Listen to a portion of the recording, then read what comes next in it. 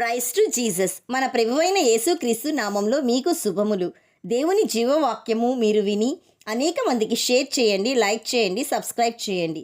ఈరోజు పరిశుద్ధ గ్రంథంలో నుండి యోహాను సువార్త 1వ అధ్యాయము 4వ వచనం చదువుకుందాం.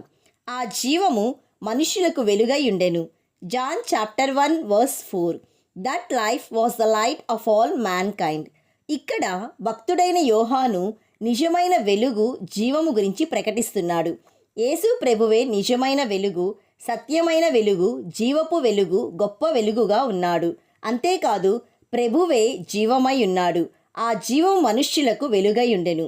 ప్రియ సహోదరి సహోదరుడా, నీ చీకటి గదిలో దీపము వెలిగించగానే చీకటి వీడిపోయి వెలుగు వస్తుంది. చీకటిలో చూడలేని చాలా వస్తువులు, పరిసరాలు వెలుగులో చూడగలవు. అదేవిధంగా యేసు క్రీస్తును గురించిన సత్యము అర్థం చేసుకున్న మనిషికి ఆత్మీయ వెలుగు ఇవ్వబడి తన పాపములు కనబడుట వలన దేవుని క్షమాపణ అడుగుటకు అవకాశం వస్తుంది. అప్పుడు అతనిలోనికి జీవము వస్తుంది.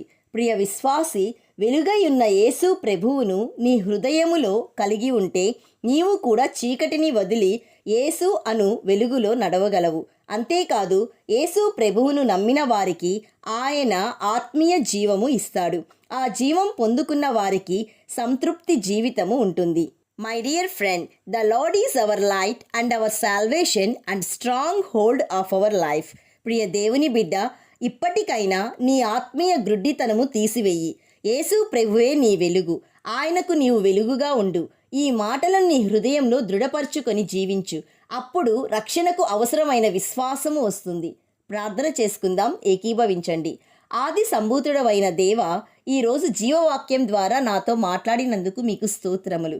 తండ్రి, మీ వెలుగులో నడుచుటకు నాకు, నా ఇంటి వారికి కృప దయచేయండి. మీ జీవమును మాకు ప్రసాదించండి.